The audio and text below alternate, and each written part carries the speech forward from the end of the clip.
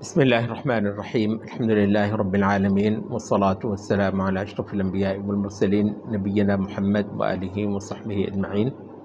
أعوذ بالله من الشيطان الرجيم. إن في خلق السماوات والأرض واختلاف الليل والنهار لآيات لأولي الألباب الذين يذكرون الله قياما وقعودا وعلى جنوبهم ويتفكرون في خلق السماوات والأرض ربنا ما خلقت هذا باطلا سبحانك فقنا عذاب النار. ان یقیناً، ان بے شک، اس کا جو اصل مقصود ہے اس لفظ کا وہ کیا ہے، وہ انشاءاللہ ہم جب وضاحت کریں گے اس پر آئیں گے. فی خلق السماوات، آسمانوں کی تخلیق میں. یہ لفظ خلق جو ہے وہ مصدر ہے.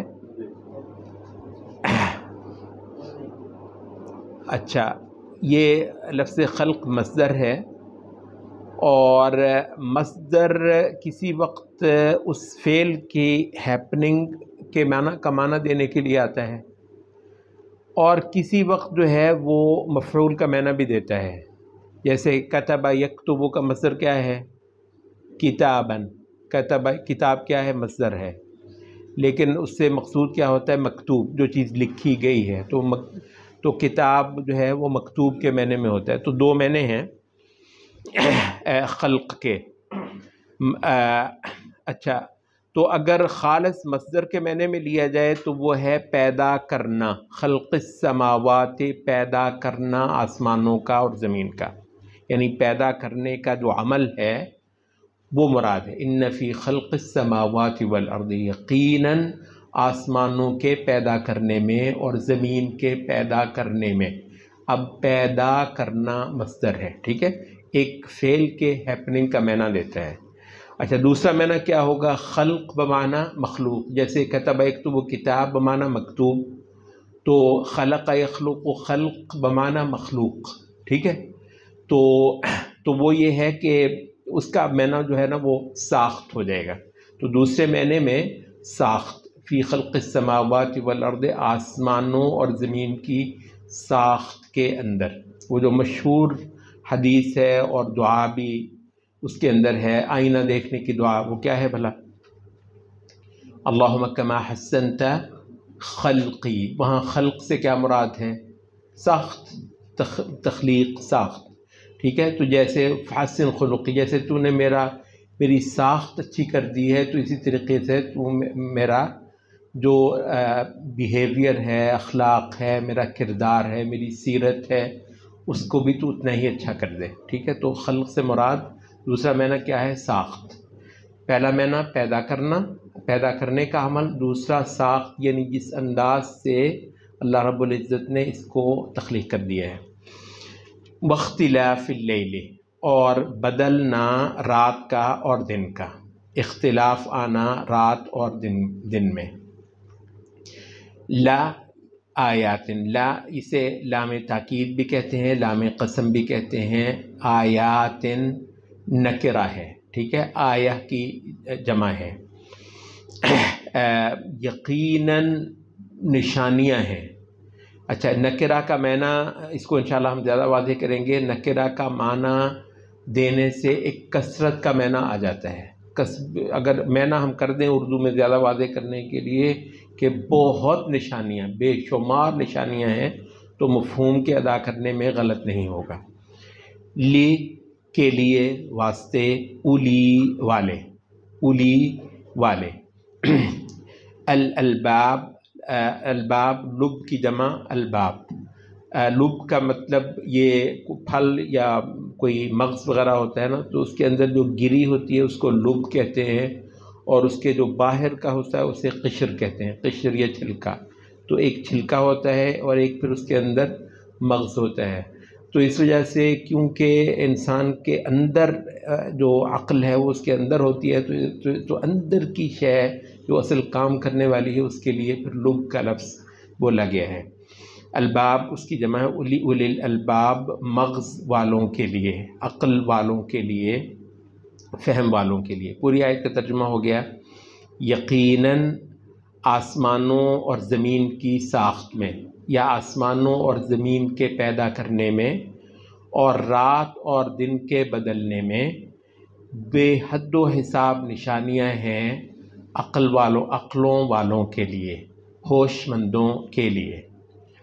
الذین، وہ لوگ جو، کون ہیں ہوش مند؟ یذکرون، یاد کرتے ہیں، یذکرون، یاد کرتے ہیں، ذکر کرتے ہیں، نام جپتے ہیں، اللہ، اللہ کا، قیاماً، حالت قیام میں، کھڑے ہوئے، وقعوداً، اور بیٹھے ہوئے، قعد یقعد، بیٹھنا، وعلی جنوبہم، جنوب جنب کی جمع ہے، جنب کہتے ہیں آدمی کی جو سائڈ ہوتی ہے، مراد ہے کروٹ، وعلی جنوبہم، اور اپنی کروٹوں پر، ویتفکرون، اور سوچ بچار کرتے ہیں، تفکیر کرتے ہیں، فی خلق السماوات والارض، آسمانوں اور زمین کی ساخت میں، دونوں معنی آ جائیں گے، آسمانوں اور زمین کی ساخت میں یا آسمانوں اور زمین کی پیدائش میں۔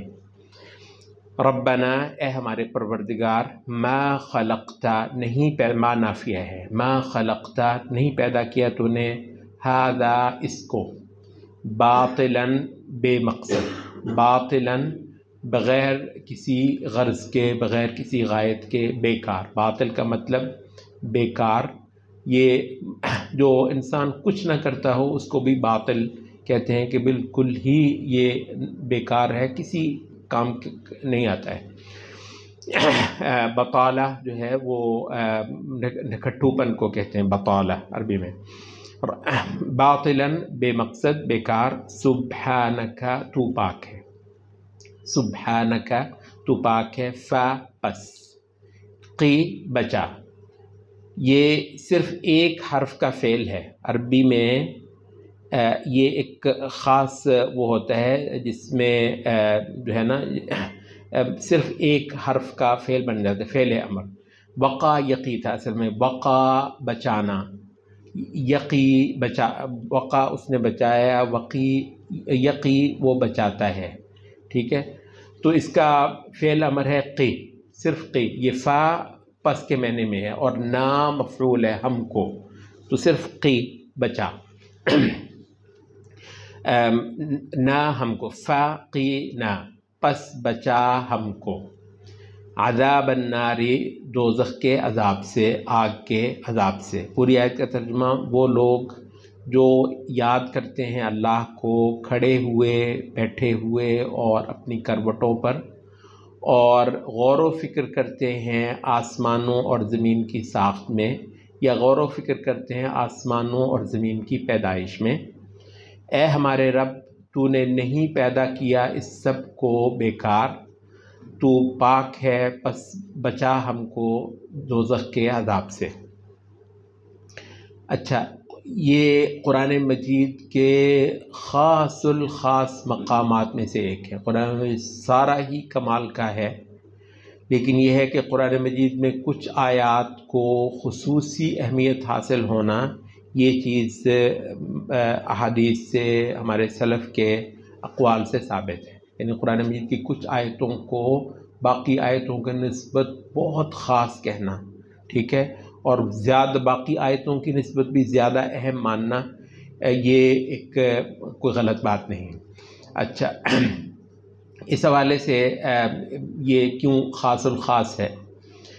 بخاری میں حضرت عائشہ رضی اللہ عنہا سے روایت آتی ہے، کہتی ہیں کہ نبی صلی اللہ علیہ وسلم رات کے آخری پہر میں جیسے اٹھتے تھے، اٹھے، آپ نے وضو کیا اور پھر رات کی نماز پڑھی۔ فرماتی ہیں کہ نبی صلی اللہ علیہ وسلم جو ہے فصلى حتى بل لحيته، نماز پڑھتے ہوئے اتنا روئے، صلى فبكى حتى بل لحيته، نماز پڑھ رہے تھے، اتنا روئے کہ آپ نے اپنی ساری داڑھی اپنے آنسوؤں سے تر کر لی۔ ثم سجد فبكى فبل الارض، پھر آپ نے سجدہ کیا تو اتنا روئے کہ نیچے زمین جو ہے وہ گیلی ہو گئی، زمین کو تر کر دیا۔ تو آپ ذرا تصور کریں کہ نبی صلی اللہ علیہ وسلم اس رات کتنا روئے ہوں گے۔ کہا کہ پھر نماز آپ نے ختم کی، اضطجع علی جنبہ فبکا، پھر آپ نے نماز ختم کر کے اپنی کروٹ کے بل لیٹے تو بھی رو ہی رہے تھے۔ حتی جاءہ بلال، بلال جو ہے اذان دے کے نبی صلی اللہ علیہ وسلم کو خبر دینے کے لیے آیا، تو فقال ما یبکیک یا رسول اللہ وقد غفر اللہ لک، غفر اللہ ذنبک اولہ و آخرہ، اللہ کے رسول کس چیز پہ آپ اس قدر رو رہے ہیں جبکہ اللہ رب العزت نے آپ کے سب اگلے پچھلے قصور معاف فرما رکھے ہوئے ہیں۔ تو عائشہ رضی اللہ عنہ کہتی ہیں اس پر نبی صلی اللہ علیہ وسلم نے فرمایا کیف لا ابکی وقد انزلت علی ان فی خلق السماوات والارض الی آخر الآیات، میں کیسے نہ روں جبکہ آج کی رات مجھ پر یہ کلام اترا ہے، اور یہاں نبی صلی اللہ علیہ وسلم نے یہ ساری آیات پڑھ کر سنائی، ان فی خلق السماوات والارض سورت کے آخر تک۔ تو یہ جو پورا رکوع ہے، پورے کا پورا رکوع نبی صلی اللہ علیہ وسلم نے یہ مطلب اس رات کی آیات اتنی اور نبی صلی اللہ علیہ وسلم نے اس کا اس قدر گہرا اثر لیا۔ اچھا، یہ صرف ایک روایت ہے۔ ایک دوسری روایت ہے وہ عبداللہ ابن عباس، یہ تو اس رات کا ذکر ہے حضرت عائشہ والی روایت میں جس رات یہ آیات اتری ہوں گی۔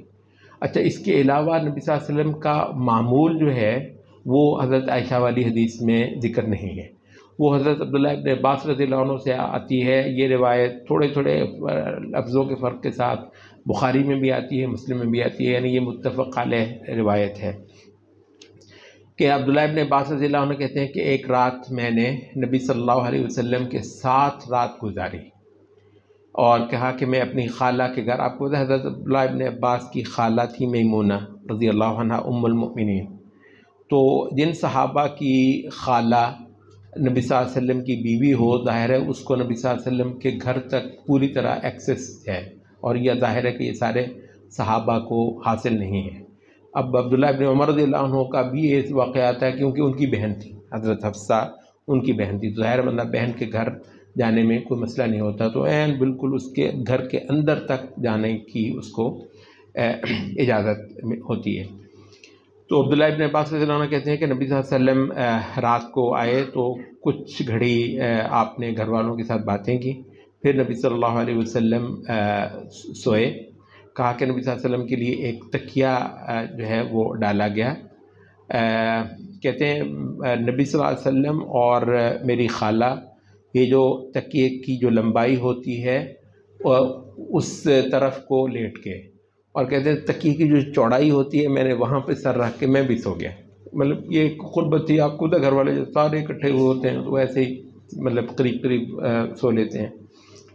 تو کہتے ہیں کہ پھر جب کوئی آدھی سے کچھ کم یا آدھی سے کچھ زیادہ رات باقی تھی تو نبی صلی اللہ علیہ وسلم اٹھے اور میں بھی اٹھا، تو نبی صلی اللہ علیہ وسلم نے اٹھتے ہی اپنے چہرے پہ اپنے ہاتھ جو ہے وہ پھیرے۔ بعض علماء نے کہا ہے کہ یہ نیند دور کرنے کے لیے ہوتا ہے، بعض نے تو اس کو سنت کے بھی درج کیا ہے کہ جب آپ صبح کو اٹھیں تو جو ہے نا اپنی نیند دور کرنے کے لیے اپنی آنکھوں پہ ایسے اپنے ہاتھ پھیریں، لیکن یہ ہو سکتا ہے نبی صلی اللہ علیہ وسلم نے ایک ویسے کیا ہو، اس کو سنت کہہ لیں یا کہ نبی صلی اللہ علیہ وسلم کا ویسے معمول کہہ لیں۔ تو کہا کہ نبی صلی اللہ علیہ وسلم نے اپنے چہرے پر ہاتھ پھیرے اور اس کے بعد پھر آسمان کی طرف کو دیکھا، اور پھر یہ پورا رکوع جو ہے نا یہ ساری آیات تلاوت کی۔ اچھا، حضرت عبداللہ ابن عباس سے 2-3 احادیث مروی ہوئی ہیں، اور ان میں یہی آتا ہے کہ نبی صلی اللہ علیہ وسلم جب اٹھتے تھے اپنی نیند سے تو آسمان کی طرف دیکھتے تھے، اور پھر کیونکہ یہ آسمان کی طرف دیکھنا، کائنات کی طرف کو غور کرنا، وہ اس کا بہت تعلق ہے اس آیت کے مطلع سے جو کہ ان فی خلق السماوات والارض، تو اس وجہ سے نبی صلی اللہ علیہ وسلم کا یہ معمول تھا۔ اور یہ تو بہت سارے علماء نے کہا ہے کہ رات کو آپ جس وقت بھی اٹھیں، اب چونکہ نبی صلی اللہ علیہ وسلم تہجد کے لیے اٹھتے تھے تو یہ تہجد کے وقت عبداللہ ابن عباس رضی اللہ عنہ نے رپورٹ کر دیا یہ۔ اچھا، ظاہر ہے کئی سارے ہم جیسے کمزور جو ہیں وہ تہجد کے لیے نہیں اٹھتے تو وہ فجر کے لیے اٹھتے ہیں، تو تو بہرحال اہل علم نے اس بات کو اچھا جانا ہے، مستحب جانا ہے، یا نبی صلی اللہ علیہ وسلم کے ایک معمول کے طور پر، ایک اسوہ کے طور پر جانا ہے کہ جب آپ اٹھیں، اگر آپ کے پاس وقت ہے تو آپ جو ہے وہ اپنی نگاہ بلند کر کے غور و فکر کے جو ہے نا حالت کے اندر اپنے آپ کو دے کر تو یہ آیات تلاوت کریں۔ اچھا، اور بعض علماء نے تو یہ بھی کہا ہے کہ اگر بندے کے پاس رات کو وقت کم ہو اور بندے کو اللہ تعالیٰ کوئی طاقت دے دے کو ایک دو رکعت پڑھنے کی، تو اس کے لیے بہت اچھا ہے کہ وہ یہ آیات پڑھے۔ ایک حدیث ہے، وہ اس کی سند کوئی بہت زیادہ جو ہے وہ اطمینان کی نہیں بھی ہے، لیکن اعمال میں سے جو فضائل وغیرہ کے ہوتے ہیں تو ان کے لیے یہ چیزیں کر لیتے ہیں کہ بھئی جس آدمی نے یہ آیات رات کی نماز میں پڑھی تو اس کے لیے کفایت کر دی گئی ہے، تو اس کے لیے بہت کافی ہے کہ کسی نے یہ آیات پڑھی ہوں۔ یہ کئی ساری روایات جو نبی صلی اللہ علیہ وسلم کے معمول سے میں نے ذکر کی ہیں، اس سے یہ معلوم ہوا کہ قرآن مجید کے یہ خاص الخاص مقامات میں سے ہیں، ورنہ کہاں اتنی ساری کوئی ایسی ہے جن کو نبی صلی اللہ علیہ وسلم اپنا معمول بنائے ہوں کہ جب بھی رات کو اٹھیں، یعنی ان کا آغاز ہی جو ہے بیداری کے بعد ان آیات سے ہوتا ہو۔ اچھا، تو چونکہ ایسا ہے اس وجہ سے ہم بھی انشاءاللہ العزیز کوشش کریں گے کہ ان آیات پر کچھ رکیں اور ان آیات کا معنی، مفہوم، مقصود جو ہے وہ واضح کرنے کی اپنی طرف سے پوری کوشش کریں۔ اچھا، تو یہ تو تھا اس کے شان نزول کے حوالے سے باتیں تھیں اور اس کی اہمیت کے بیان کے حوالے سے تھیں۔ اب ہم آ جاتے ہیں ان آیتوں کے بیان پر۔ سب سے پہلے لفظ انا، میں نے عرض کیا تھا کہ ویسے تو شاید پہلے بھی ہم نے ذکر کیا ہو لفظ انا۔ بات یہ ہے کہ ترجمے سے قرآن پڑھنا ہے تو ہم غریب جو اجمی لوگ ہیں، یہ بھی بڑی نعمت ہے، کسی کو شاید کمی کسی کو یہ بھی اللہ توفیق دیتا ہوگا یہاں پہ کہ وہ ترجمے کے ساتھ قرآن پڑھ لے، تو مطلب یہ بھی بہت بڑی نعمت ہے کہ ترجمے کے ساتھ بندہ قرآن پڑھتا ہو۔ لیکن حقیقت یہ ہے کہ جو سینس بن رہی ہو بندے کو ان الفاظ کی، اور بسا اوقات وہ ترجمے میں آ نہیں سکتی، وہ بس وہ سمجھنے کی ہوتی ہے، اور اس کے ساتھ نا ایک شعوری سا، ایک وجدانی سا ہوتا ہے قرآن مجید کے اسالیب کے ساتھ۔ تو یہ ایک اور لیول ہے، اس کے لیے میں بات کر رہا ہوں کہ انا جو ہے یہ عرب کے جو نحو کے علماء ہیں وہ اس کو تاکید کا حرف کہتے ہیں۔ اچھا، یہ تاکید کا حرف ہے۔ بنیادی طور پر اگر میں اس کا لب لباب بیان کروں تو وہ یہ ہوتا ہے کہ سامع کو جگانے کے لیے یہ لفظ بولا جاتا ہے انا۔ اچھا، کسی وقت اس کا تجسس دور کرنے کے لیے، کسی وقت اس کا شک دور کرنے کے لیے، کسی وقت اس کی غفلت دور کرنے کے لیے، مطلب ہے کہ او بھائی یہ وہ ہے، مطلب بسا اوقات ہے نا ایک چیز ہے وہ دیکھ ہی نہیں رہا، آپ کہتے او بھائی صاحب دیکھو یہ چیز ہے۔ اچھا، اس کو نا کسی وقت اس کی غفلت کو دور کرنے کے لیے ایک بہت اہم چیز ہے، اور وہ اتنی اس کو توجہ سے نہیں لے رہا جتنی توجہ سے بتانے والا چاہ رہا ہے کہ اس کو تم اس انٹینسٹی کے ساتھ دیکھو۔ اچھا، تو کسی وقت اس کو غفلت سے نکالنے کے لیے، کسی وقت اس کا تجسس دور کرنے کے لیے، اچھا سب لوگ جو ہے نا نظریں لگائے ہوئے ہیں کسی وجہ سے کہ پتہ نہیں یہ کیا چیز ہے، میں اس کو سامنے میں کہتا ہوں ان ھذا، یہ وہ چیز ہے ان، دیکھو تو تجسس کسی وقت دور کرنا، کسی وقت اس کا مخاطب کا شک دور کرنا، کسی وقت اس کی غفلت دور کرنے کے لیے جو ایک ٹول عرب استعمال کرتے ہیں وہ ان ہے۔ ٹھیک ہے، اب یہ اردو ترجمہ کرتے ہوئے ہم بے شک کا لفظ بولتے ہیں، بے شک یا یقیناً، تو ورنہ ان کا لفظی معنی نہ بے شک ہے نہ یقیناً ہے، بلکہ مخاطب کو کسی چیز کی اہمیت بتانے کے لیے ہم بولتے ہیں۔ ٹھیک ہے جی، ان فی، تو کیونکہ ایک بہت بڑا مضمون بیان ہونے جا رہا ہے اس وجہ سے اس کا آغاز ان سے کیا گیا۔ او بھائی جاگو، اگر مقصود میں واضح کروں، بھائی جاگو، ذرا بیدار ہو جاؤ، سنو غور سے میں کیا بات کر رہا ہوں۔ فی خلق السماوات والارض، یہ جو آسمان ہے نا تمہارے اوپر، اور یہ جو زمین ہے، اور پھر اس کے اندر جو دن اور رات کا بدلنے کا جو عمل ہے، ڈھیروں نشانیاں اس کے اندر رکھی گئی ہیں۔ اچھا، تو سب سے پہلے جو ہے وہ ذکر ہے آسمانوں اور زمین کی تخلیق کا. تو یہاں پر مفسرین نے کہا کہ یعنی کائنات کا بڑا ہونا جو ہے وہ آسمان کی طرف کو دیکھ کر آپ پر واضح ہوتا ہے. اس قدر بڑی ہے جس کی حد نہیں. اچھا ویسے مطلب سبحان اللہ آپ یہ دیکھیں کہ پرانے زمانے کا انسان صرف یہ نیلگوں آسمان دیکھتا تھا اور اللہ کی تسبیح کرتا تھا. ٹھیک ہے، پر اتنا بڑا رب ہے، دیکھو اس کی کائنات ہی کتنی بڑی ہے. اچھا ہم یہ کہتے ہیں کہ جیسے جیسے آپ کا علم بڑھے گا آپ کی تسبیح بڑھنی چاہیے یا نہیں بڑھنی چاہیے؟ جیسے جیسے آپ کی معلومات بڑھیں گی اللہ تعالیٰ کی تخلیق کے متعلق. تو پرانا دور کا انسان جو ہے نا ویسے ایسے آسمان کو دیکھتا تھا، جب ہم نگاہ اٹھائے تو ہمیں یہ آسمان نظر آ جاتا ہے.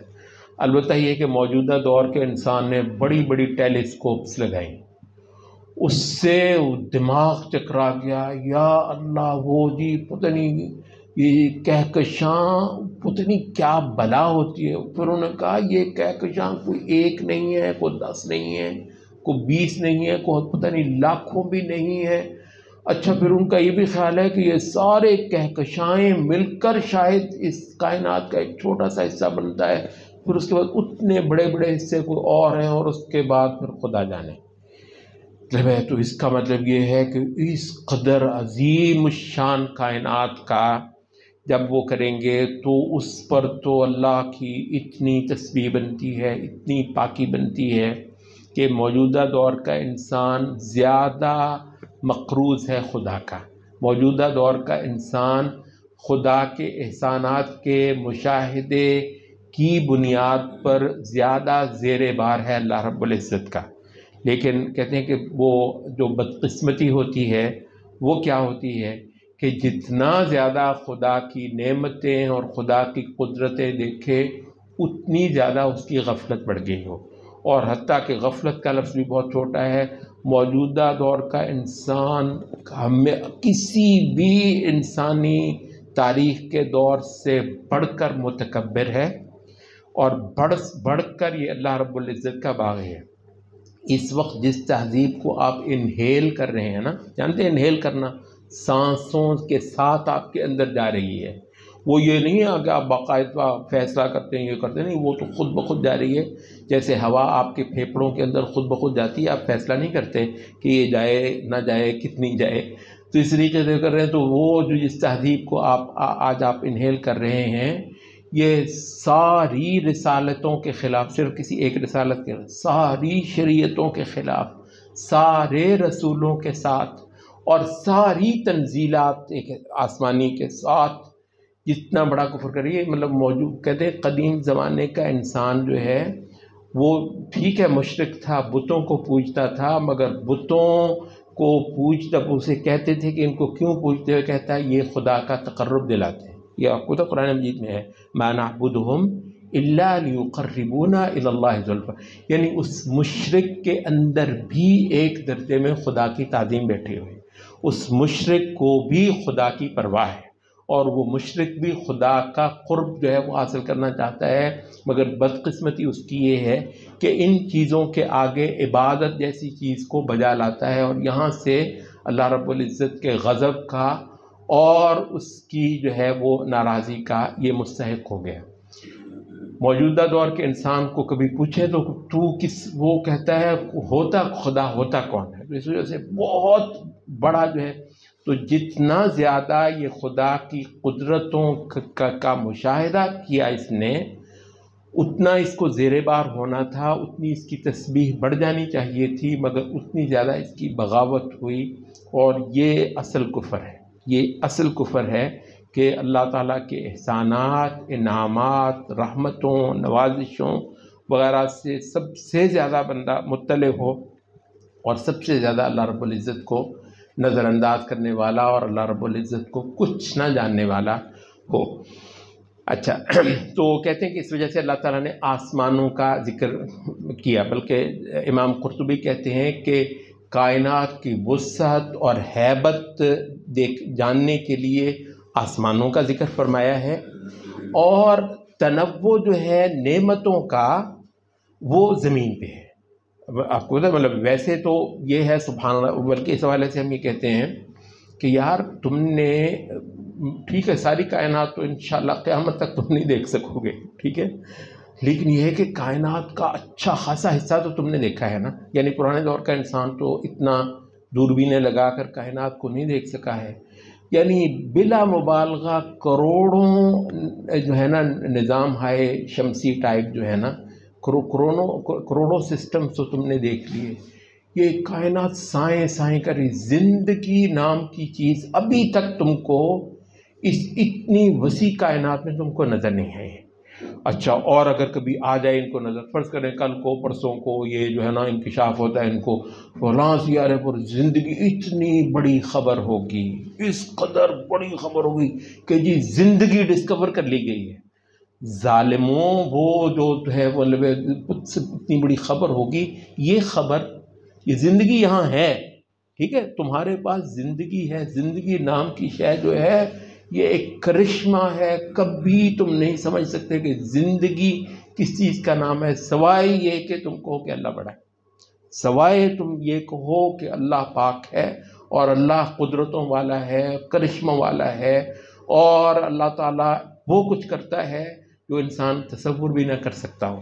تو اس وجہ سے مطلب ہے کہ تو کہتے ہیں کہ اللہ کے احسانات دیکھنے ہوں تو آپ زمین ہی کو دیکھیں گے. ابھی تک بھی ان کو اللہ تعالیٰ کے احسانات کا ایسا مظہر جو ہے اس اتنی بڑی کائنات کے اندر ان کو ابھی تک اس معنی میں نہیں دیکھ سکے یہ، جیسا کہ یہ زندگی میں روز دیکھتے ہیں. کہتے ہیں سبحان اللہ، یعنی انسانی قوا ہے، انسان کے اندر فنکشنز ہیں، اور وہ ایک سسٹم نہیں ہے، ہزار سسٹم بھی نہیں ہوں گے، اور سسٹم کے اندر کئی ہزار سسٹم انسان کے اندر کام کر رہے ہیں. آخر جا کر جو ہے نا شاید کہیں سرا گم ہو جاتا ہے جب وہ بتاتے ہیں کہ یہ اس طرح کرتا ہے. پھر اس کے بعد وہ جگر کے جو فنکشنز ہیں، پھر ان میں سے ہر فنکشن کے فنکشنز ہیں، پھر اس کے ساتھ جو ہے نا وہ باقی چیزوں کی جو سنکرونائزیشن ہے، جیسے جسم کے تمام اعضاء مل کر جو ہے کچھ نتیجہ برآمد کرتے ہیں. سبحان اللہ. تو کہتے ہیں کہ کڑی در کڑی خدا کے احسانات کا یہ مطالعہ جو ہے وہ آپ کو آگے سے آگے لے جاتا ہے. پھر کہتے ہیں کہ لذتیں دیکھیں، یہاں پر پھل ان کے تنوع دیکھیں اور ذائقے دیکھیں، اچھا آسائشیں دیکھیں وغیرہ وغیرہ. اتنا کچھ اللہ رب العزت نے اس زمین کے اوپر پیدا کیا ہے. یہ زمین لدی ہوئی ہے اللہ تعالیٰ کے احسانات سے. اتنا خوبصورت دسترخوان ہے اللہ رب العزت کا سجایا ہوا کہ دیکھ کر انسان جو ہے اس پوری کائنات کے اندر اس زمین کا حسن، اس میں خدا کی رحمتیں، خدا کے فضل، خدا کے احسانات کا اتنا بڑا مشاہدہ کرتا ہے. تو یہاں پہ امام قرطبی نے کہا کہ آسمان کا ذکر ہوا اس کائنات کی وسعت اور ہیبت بتانے کے لیے، جس پر اللہ کی بہت زیادہ بڑائی جو ہے وہ ذہن کے اندر آتی ہے. اور زمین جو ہے اس کے اندر اللہ کی انعامات اور احسانات اور اللہ کی رعایت عربی میں کہتے ہیں کسی چیز کی ٹیک کیئر کرنے کو. اللہ نے کوئی اتنا خیال رکھا ہے لوگوں کی ضرورتوں کا، ہر مخلوق کی ضرورتوں کا. سمندر کے پاتال میں مخلوقات جس طریقے سے اپنے رزق پاتی ہیں تو بندہ مطلب حیران ہے. تو کہتے ہیں احسانات کا مشاہدہ کرنا ہو تو زمین کو دیکھیے، بڑائی کا مشاہدہ کرنا ہو تو آسمان کو دیکھیے، اور ان کے بیچ سارا کچھ جو ہے وہ خود بخود اس کے اندر جو ہے وہ آ گیا. تو یہ ہے اللہ رب العزت نے آسمانوں کا اور زمین کا ذکر کیا. اس کے بعد پھر دن اور رات کا وزن. کہتے ہیں کہ یہ جو وقت کی گردش جو ہے یہ بذات خود اس قدر زبردست اللہ رب العزت کی تخلیق ہے وقت کا دوران. مطلب ہے کہ یہ ایک ایسی چیز. اچھا آپ کو پتہ ہے وقت کی اللہ رب العزت نے قسم کھائی ہے، والعصر کہتے ہیں، بلکہ بہت ساری جگہوں پر اللہ نے وقت کی قسم. والفجر جو ہے یہ بھی بنیادی طور پر کیا ہے، یہ وقت ہی کی قسم ہے. والفجر، فجر جو ہے یہ ایک وقت ہے. اچھا واللیل اذا یغشی، لیل بھی، والضحیٰ یہ بھی ایک وقت ہی ہے. تو بے شمار مقامات پر اللہ رب العزت نے وقت کی قسم کھائی ہے. اچھا حالات کا جو ہے وہ ایک سا نہ رہنا. اچھا اختلاف اللیل کے حوالے سے بعض مفسرین نے یہ بھی کہا کہ دن اور رات کا اختلاف ہونا، ایک وقت میں رات لمبی ہو جاتی ہے اور ایک وقت میں پھر دن لمبا ہو جاتا ہے. تو یہ بھی جو ہے کس وقت رات لمبی ہوتی ہے اور کس وقت دن لمبا ہوتا ہے، اور اس کے نتیجے میں زمین کے اندر زندگی قائم ہے۔ کہتے ہیں کہ اگر موسم سدا ایک سا رہے تو نہ انسان بہت کچھ جو فصلیں اس کی پکتی ہیں، جو پھلوں کے لطف آتے ہیں، تو کچھ بھی نہ ہو۔ یہ جو دنوں کا بدلنا، ہم ازبکستان ایک بار گئے، کہنے لگے کہ ویسے ازبکستان کا موسم جو ہے وہ ٹھنڈا ہوتا ہے، بہت ٹھنڈا ہوتا ہے، لیکن یہ کہ اس کی سب سے بڑی کراپ جو ہے وہ انگور ہے۔ ہم نے بھی دیکھا سڑکوں پہ تاحد نظر دائیں بائیں انگور کے باغات ہی تھے۔ وہ کہتے ہیں کہ وہ جو ہے انگور کے لیے صرف 10 دن جو ہے نا ایسی گرمی پڑتی ہے کہ ناقابل برداشت ہو جاتی ہے، لیکن جو فارمر ہے وہ اس کا انتظار کر رہا ہوتا ہے کہ وہ گرمی پڑے تو انگور میٹھا ہو، کیونکہ وہ گرمی نہیں پڑے گی، کوئی ٹھنڈا علاقہ ہے تو ٹھنڈے علاقے میں پھر وہ انگور میٹھا ہوتا ہی نہیں۔ تو کہتے ہیں کہ وہ اس پہ خوش ہو رہا ہوتا ہے کہ ہاں گرمی خوب پڑی ہے۔ کہتے ہیں کو ہفتہ بھر جو ہے نا، ہفتہ 10 دن 2 ہفتے وہ گرمی پڑتی ہے اور مطلب وارے نیارے ہو جاتے ہیں۔ اچھا، تو مطلب یہ ہے کہ کچھ دن جو ہے نا وہ ایسے آتے ہیں، ان کے اندر یہ خاصیت ہوتی ہے، پھر کچھ دن ایسے آتے ہیں ان کے اندر یہ خاصیت، بلکہ اہل علم نے کہا کہ ہر دن، سال کا ہر دن کوئی فنکشن ادا کرنے کے لیے، جتنے دنوں کا فرق ہے اور جتنی راتوں کا فرق ہے، ہر رات کو کچھ مخصوص جو ہے نا نتائج برآمد کروائے جاتے ہیں، ہر دن کو کچھ مخصوص نتائج جو ہیں وہ برآمد کروائے جاتے ہیں۔ سورج آپ کو پتہ ہے روز نئی جگہ سے چڑھتا ہے، یہ بلکہ ہمارے اہل علم نے کہا، آپ کو پتہ ہے قرآن مجید میں یہ 3 جو ہے نا ایکسپریشنز مشرق اور مغرب کے حوالے سے استعمال ہوئے ہیں، آپ نے غور کیا؟ ایک جگہ کہا کہ رب المشرق والمغرب، رب المشرق، مشرق کا رب اور مغرب کا رب۔ اچھا، پھر ایک بار کہا رب المشرقین و رب المغربین، 2 مشرقوں کا رب اور 2 مغربوں کا رب۔ اچھا، پھر کہا فلا اقسم برب المشارق والمغارب، سارے مشرقوں کا رب اور سارے مغربوں کا رب۔ اچھا، مطلب وہ ہم نے تو سرسری طور پر ہی پڑھنا ہوتا ہے نا، وہ سبھی کیا بڑا فرق ہے، ایسے ہی کہہ دیا ہوگا، ایک بار جو ہے نا وہ واحد کا صیغہ استعمال کر دیا ہوگا، دوسری بار جمع کا صیغہ استعمال کر دیا ہوگا۔ کہتے ہیں مطلب یہ نہیں ہے، بلکہ یہ ہے کہ رب المشرق جو ہے نا ایبسولوٹ، جو جس طرف سے سورج طلوع ہوتا ہے، دن چڑھتا ہے، اور رب المشرق والمغرب، مغرب وہ ہے جہاں جس سے جو ہے نا وہ سورج غروب ہو کر رات چڑھ آتی ہے، رات طلوع ہوتی ہے ایبسولوٹ سینس میں۔ اچھا، پھر کہا کہ رب المشرقین و رب المغربین، سورج کی رینج ہے ایک، وہ سردیوں میں وہ اس سائڈ سے چڑھتا ہے، پھر ہوتے ہوتے ہوتے ہوتے ہوتے ہوتے آخر گرمیوں میں جو ہے نا وہ یہاں سے اچھی خاصی رینج ہے، تو کہا رب المشرقین، 2 مشرق، ایک جو ہے نا ایکسٹریم اس سائڈ کو اور ایک ایکسٹریم اس سائڈ کو، وہ رب المغربین، ایکسٹریم اس سائڈ کو اور ایکسٹریم اس سائڈ کو۔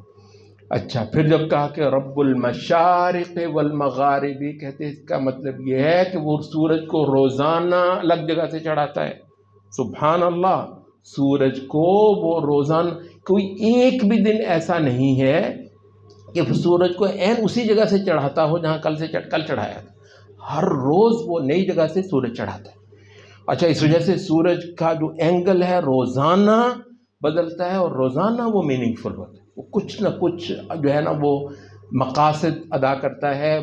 بہت سارے شاید ہماری سمجھ میں آتے ہوں، پتہ نہیں کتنا ہے جو ہماری ابھی سمجھ میں آ بھی نہیں سکتا، اور شاید بہت کچھ ایسا ہو جو کبھی بھی سمجھ نہ آ سکے۔ البتہ یہ ہے کہ ہر دن جو ہے وہ پتہ نہیں کیا نئی شے لے کر آتا ہے، اور رات کیا نئی شے لے کر آتی ہے، اور دن اور رات کے اس عمل میں زمانوں کے زمانے کھائے گئے، زمانوں کے زمانے نگلے گئے، اتنے جو ہیں وہ لوگوں کی پتہ نہیں خدا بنے ہوئے تھے لوگ، کیا کچھ نہیں تھا۔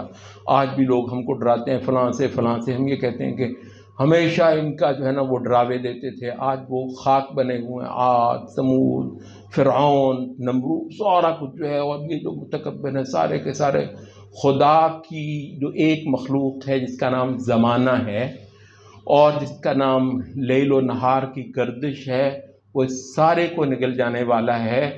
سلامت رہے گی تو صرف اور صرف نیکی رہے گی، ٹھیک ہے، سلامت رہے گی بڑے بڑے حسن والے آئے خاک ہو گئے، بہت بہت جبروت والے آئے چلے گئے۔ تو دنوں کا آنا اور جانا، یہ اس کے اندر اللہ رب العزت ہر دور کے اندر نئی چیزیں دکھاتا ہے، نئے چیلنج دیتا ہے انسانوں کو۔ تو اس وجہ سے اس زمانے کا میننگ فل ہونا جو ہے، کہتے ہیں کہ وہ مراد ہے اختلاف اللیل والنہار سے۔ اس کے اندر ڈھیروں نشانیاں ہیں۔ اچھا، وہ ہم نے کہا نکرہ کی وجہ سے اس کے اندر نا ایک کثرت کا معنی آ جاتا ہے۔ لآیات، بہت بہت نشانیاں ہیں، کوئی ایک نشانی نہیں، دو نشانیاں نہیں، بے شمار نشانیاں۔ یہاں ایک بات خاص طور پر ہمیں کہنا ہے، آیت کا لفظ کیوں بولا ہے اللہ رب العزت نے؟ آیت، اس کا ترجمہ ہم کرتے ہیں نشانی۔ ایگزیکٹلی مقصد کیا ہے؟ بار بار اللہ تعالیٰ آیات آیات آیات کا لفظ بولتا ہے۔ اچھا، سورج ہے، کہتا ہے یہ میری نشانی ہے، چاند ہے، کہتا ہے یہ میری نشانی ہے، ٹھیک ہے۔ وَمِنْ آیَاتِهِ اللَّيْلُ وَالنَّهَارُ وَالشَّمْسُ وَالْقَمَرُ۔ امام ابن قیم کہتے ہیں کہ آیات دو قسم کی ہیں جو قرآن مجید میں بیان ہوئے ہیں، ایک آیات مشہودہ اور ایک آیات مقروءہ۔ آیات مشہودہ وہ کون سی آیات ہیں؟ جن کا ہم مشاہدہ کرتے ہیں۔ وَمِنْ آیَاتِهِ اللَّيْلُ وَالنَّهَارُ وَالشَّمْسُ وَالْقَمَرُ، سورج، چاند، دن، رات وغیرہ وغیرہ، یہ سارا کچھ یہ کیا ہے؟ یہ وَمِنْ آیَاتِهِ مَنَامُكُمْ، تمہارا سونا رات کے وقت، ٹھیک ہے، دن کے وقت تمہارا کام کرنا، تمہارے رنگوں کا فرق جو ہے وہ، تمہاری بیویوں کا ہونا وغیرہ، بہت کچھ جو ہے، یہ سب کیا ہے؟ آیات مشہودہ، وہ آیات جن کا ہم مشاہدہ کرتے ہیں۔ دوسری کہتے ہیں کون سی؟ آیات مقروءہ، وہ آیات جن کی آپ تلاوت کرتے ہیں، وہ جو وحی کی صورت میں اللہ اپنے رسولوں پر اتارتا ہے۔ دونوں کو آیات کہا گیا ہے، نشانی۔ اچھا، ہم جو بات عرض کرنا چاہ رہے ہیں وہ بھلا کیا ہے؟ وہ یہ ہے کہ نشانی کا لفظ بولا ہے دراصل ایک بہت بڑے پروگرام کی نوعیت بتانے کے لیے، اور یہاں پر ہے ملحد، کہتا ہے مجھ کو خدا دکھاؤ، کہتا ہے کہ مجھ کو جو ہے نا کیسے، میں کیسے مانوں؟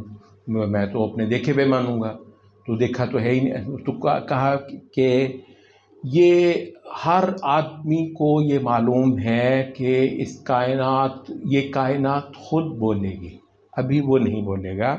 جو اس کائنات کی زبان کو پڑھ لے اور اس کے ساتھ مل کر اس کے گن گائے اور اس کی تسبیح کرے، اس کو انعام کے طور پر خدا جو ہے اپنے روبرو کرے گا ایک دن آخرت میں، اور اس کے ساتھ کلام بھی کرے گا، اس کو اپنا دیدار بھی کروائے گا۔ تو اصل کہانی کیا ہے؟ خدا کا سامنے نہ آنا، ٹھیک ہے، جس کو ہم کہتے ہیں من خشی الرحمن بالغیب، من خشی، خدا کو بن دیکھے اس سے ڈرنا۔ یہ جو یہ ہے لب لباب اس پروگرام کا۔ تو یہ دنیا کس چیز کا نام ہے؟ دنیا اس جہان کا نام ہے جس میں خالق کبھی ایک بار بھی تمہارے سامنے نہیں آئے گا، خالق کبھی ایک بار بھی تم سے براہ راست کلام نہیں کرے گا، ٹھیک ہے۔ تو بھی میں خدا کو دیکھوں گا کیسے؟ کہتا ہے نشانیاں۔ تو لفظ نشانی آپ کب بولتے ہیں کہ یہ نشانی ہے؟ نشانی کا مطلب ہے کہ جو اصل حقیقت کی طرف کو اشارے کرے۔ یہ ذرا بہت اچھی طرح پلیز نوٹ کر لیجیے، نشانی کا لفظ آپ کس چیز کے لیے بولتے ہیں؟ یہ جی فلاں چیز کی نشانی ہے۔ نشانی کا مطلب اصل حقیقت کی طرف کو اشارے کرنے والی شے، ٹھیک ہے۔ تو ایگزیکٹلی جس کو یہ مل گیا اس کو سب خیر مل گئی۔ یہ کائنات جس کو اشارے کر کر کے دینا کہ اس کائنات کا مالک کتنا رحیم ہے، کتنا کریم ہے، کتنا قوی ہے، کتنا بڑا ہے، کس قدر جو ہے نا وہ حکیم ہے، دانا ہے، کس قدر زبردست کاریگری ہے اس کی، صنائی ہے۔ بار بار کہتے ہیں کائنات اللہ رب العزت کی بے شمار صفات کی خبر دیتی ہے، اللہ کا رحیم ہونا، کرم کرنا، عنایتیں کرنا، نوازشیں کرنا، مہربانیاں کرنا، اس کی صنائی، اس کی طاقت، اس کا قہر۔ عربی میں قہر کا معنی ہوتا ہے چیز کو irresistible کرنا، کوئی شے دم نہیں مار سکتی اس کی مرضی کے۔ قہر کا معنی کیا ہے؟ قہار اللہ کا نام ہے۔ قہار کا مطلب ہے کوئی شے ریزسٹ نہ کر سکے اس کی مرضی کے آگے، یہ ایگزیکٹ معنی ہے قہار کا۔ جو چیزوں پر قہر کرتا ہے مطلب ہے ان کو باندھ کر اپنی مرضی کے آگے جکڑتا ہے۔ تو اللہ تعالیٰ کا قہار، اس کا قہر۔ یہ کائنات بول بول جس طریقے سے جکڑیں، اتنے بڑے بڑے اجرام، ایسے جکڑے ہیں اس نے اپنی مرضی کے اندر، مجال ہے 1 سیکنڈ کا فرق ہو، تو یہ قہر نہیں ہے۔ عربی میں اردو میں قہر آپ کو بتایا تھا اور شے ہے، عربی میں جو تو یہ اس کا قہر ہونا، ریزسٹیبل کر دینا، اس کی مرضی کے آگے مجال نہ ہو کسی شے کی۔